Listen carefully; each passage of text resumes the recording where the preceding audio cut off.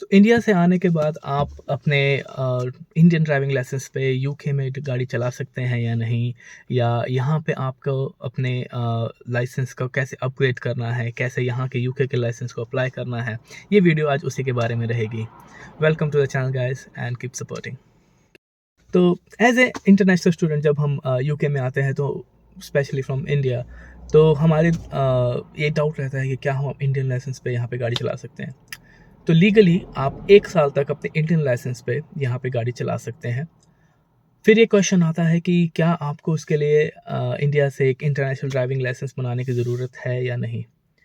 तो नहीं, आपको ज़रूरत नहीं है because mainly driving licence international बनाने का उन कंट्रीज़ में ज़्यादा ज़रूरत होती है जहाँ पे जो उनकी बेसिक लैंग्वेज है जिसमें उनका लाइसेंस बना हो, वो अगर इंग्लिश में ना हो तो। क्योंकि इंडिया में आपके ड्राइविंग लाइसेंस में सारी डिटेल्स इंग्लिश में होती है, तो आई थिंक तो उस वजह से आपको यहाँ पे उसके लिए ड्राइविंग लाइसेंस इंटरनेशनल बनाने की ज़रूरत नहीं है। अगर आप बना सकते हैं वेल एंड गुड, क्योंकि वो आपका एक वैलिड डॉक्यूमेंट हो जाता है एक आपके पास एक और। लेकिन जब मैं आया था तो मैंने कोई ड्राइविंग लाइसेंस ऐसा इंटरनेशनल बनाया नहीं था, और यहाँ आके जब मैंने इंश्योरेंस कंपनी से बात की थी, तो उन्होंने मुझे मेरे इंडियन लाइसेंस पे भी इंश्योरेंस दे दी थी। अ, अब यहाँ पे आपको अगर गाड़ी चलानी है, तो उसके लिए आपको हर ड्राइवर को अपनी पर्सनल इंश्योरेंस उस पर्टिकुलर गाड़ी पे करनी होती है। इंडिया में हम क्या करते हैं, हम जैसे एक घर में एक गाड़ी है, उसकी एक इंश्योरेंस होगी और जिसके पास भी आपका लाइसेंस है, आप गाड़ी चला सकते हो। यूके में आपको मान लीजिए आपके घर में एक गाड़ी है, मान लीजिए आपके फादर की गाड़ी है यूके में, तो आप जब तक आपके लाइसेंस होने के बावजूद जब तक आपके इंश्योरेंस उस गाड़ी पे नहीं है, आप उस गाड़ी को लीगली नहीं चला सकते हैं। तो आपको इंश्योरेंस कंपनी से बात करनी होती है कि इस पर्टिकुलर कार पे ये एक इंसान या 2 इंसान या जो भी हैं 2 लोग अगर गाड़ी चला रहे हैं, तो उन दोनों की इंश्योरेंस होना बहुत ज़रूरी है। अब बात आती है 1 साल के बाद क्या करें? देखिए, यूके में जब आप आते हैं तो आप आके विदिन 1 मंथ, 2 मंथ जब भी आपको टाइम लगे, आपको उसी वक़्त अपना डीवीएलए की साइट पे जाके अपना लाइसेंस के लिए अप्लाई करना है। यहाँ पे लाइसेंस अप्लाई करने के लिए 2 टेस्ट रहते हैं। पहला होता है थ्योरी टेस्ट और दूसरा रहता है प्रैक्टिकल टेस्ट। पहले आपको थ्योरी टेस्ट बुक करना होता है और उसकी फ़ीस अप्रॉक्सिमेट £30 होती है। आपको उसमें कुछ क्वेश्चंस पूछे जाते हैं जो ऑन स्क्रीन कंप्यूटर पे रहता है और आपको वो टेस्ट क्लियर करना होता है।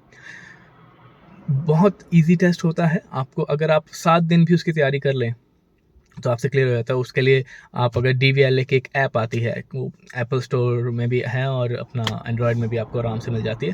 £5 की होती है, आप उस पे अच्छे से प्रैक्टिस कीजिए और आराम से आपका वो टेस्ट क्लियर हो जाता है। मेरा फर्स्ट अटेम्प्ट में वो टेस्ट क्लियर हो गया था। जो मुश्किल पार्ट यहाँ पे आता है वो है प्रैक्टिकल टेस्ट। जो प्रैक्टिकल ड्राइविंग टेस्ट है ये, वो यहाँ पे थोड़ा डिफरेंट रहता है। आपको ड्राइविंग टेस्ट क्लियर करने के लिए वो आपसे लगभग 20 से 40 मिनट तक की आपसे गाड़ी चलवाते हैं और उसके अंदर आपके कुछ मैनूवर्स होते हैं जैसे parallel parking, reverse parking, hill top stopping और ऐसे कुछ मैनूवर्स होते हैं जो आपको करके दिखाने होते हैं। तो उसके लिए आपको प्रिपेयर करना होता है, जिसके लिए आपको लेसन लेने पड़ते हैं। अब आप बोलोगे यार हम तो इंडिया में 10 साल से गाड़ी चला रहे हैं, 5 साल से गाड़ी चला रहे हैं, हमें क्या ज़रूरत है? दिक्कत ये है कि हम जब इंडिया में गाड़ी चलाते हैं, तो बहुत सी टेक्निकल चीज़ें हैं जो हम शायद फ़ॉलो नहीं कर रहे हैं, जैसे लेन को फ़ॉलो करना, इंडिकेटर कितने टाइम पहले देना है, इंडिकेटर देने से पहले आपको अपने मिरर्स में देखना है। तो ये सब जो टेक्निकलिटीज़ हैं, आप गाड़ी चला सकते हैं, लेकिन जो टेक्निकलिटीज़ हैं उसमें वो आपको फ़ेल कर सकते हैं, क्योंकि उसमें आपको maximum to maximum 14 minor mistakes allowed होती है, जैसे कि अगर इंडिकेटर नहीं दिया या टाइम पे आपने मिरर में ऑब्जर्व नहीं किया, और अगर एक भी आपकी मेजर फॉल्ट हो गई, जैसे कि अगर आप राउंड अबाउट पे चल रहे हैं और आपने गलत लेन फॉलो कर ली, मिडल लेन की जगह आप लेफ्ट लेन में चले गए या राइट लेन में चले गए, तो वो आपका मेजर फॉल्ट में आता है और आपको वहीं पे कैंसिल कर दिया जाएगा टेस्ट। तो जो दूसरा टेस्ट है वो है प्रैक्टिकल ड्राइविंग टेस्ट, और उसके आपकी जो फीस होती है इट्स अराउंड £67।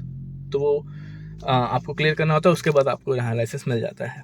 फॉर्चुनेटली मेरा वो भी फर्स्ट अटैम्प्ट में क्लियर हो गया था और आई थिंक मेरा एक माइनर था, लेकिन उसमें उसके पीछे रीज़न ये भी है कि मैंने आते ही अपना ड्राइविंग लाइसेंस अप्लाई किया, लेकिन साथ-साथ मैंने अपने कुछ लेसन लिए और अपने फ्रेंड की कार पे अपने आप को इंश्योर कर लिया ताकि मैं थोड़ा उसको चला सकूँ, जिससे कि मैं हैबिचुअल हो जाऊँ, यूजुअल हो जाऊँ यूके में गाड़ी चलाने के।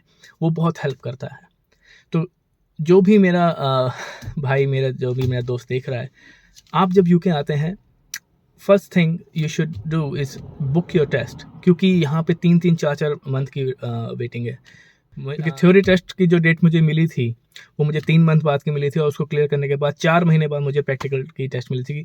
यूके में कोविड की वजह से बहुत बैकलॉग चल रहा है, जिसकी वजह से आपको जो टेस्ट डेट है बहुत लेट मिलती है। तो जितना जल्दी आप वो करें बुक, उतना बेटर रहता है। और इसमें एक और चीज़ है, जैसे कि कुछ मेरे दोस्त हैं जो आए हैं इंडिया से और वो अपने 1 साल के लिए वैलिड है, उनका इंश्योरेंस हो जाएगी और वो गाड़ी चला सकेंगे। विदिन दैट 1 ईयर अगर आप वापस इंडिया जाते हैं और फिर वहाँ से वापस आते हैं, then you can again insure yourself for 1 year. ये एक काइंड ऑफ लूप होल है शायद सिस्टम में, कि आप अगर वापस जाओ तो फिर आप 1 साल के लिए गाड़ी चला सको। लेकिन मैं एडवाइस यही करता हूँ कि आप जितना जल्दी अपना यूके का लाइसेंस ले लो, क्योंकि उसका फ़ायदा ये रहता है कि आप अगर इंडीड में या कहीं भी आप जॉब्स देखेंगे यूके में, तो जो अच्छी जॉब्स होती हैं उसमें वो कई बार यूके ड्राइविंग लाइसेंस को एक एसेंशियल क्राइटेरिया की तरह रखते हैं। तो और अगर वो आपका होता है तो आपका उस जॉब को क्वालिफाई करने का जो चांस है वो बहुत बढ़ जाता है। तो आई थिंक मैंने सब पॉइंट्स क्लियर कर दिए हैं। अगर आपको यूके के ड्राइविंग लाइसेंस के बारे में या यूके में कैसे हमारी ड्राइविंग करते हैं इसके बारे में और कुछ आप जानना चाहते हैं तो आप मुझे कमेंट कीजिए। मेरे इंस्टाग्राम पे अपनी बात यूके पे आप कभी मुझे मैसेज कीजिए, मैं आपको ज़रूर रिप्लाई करूँगा।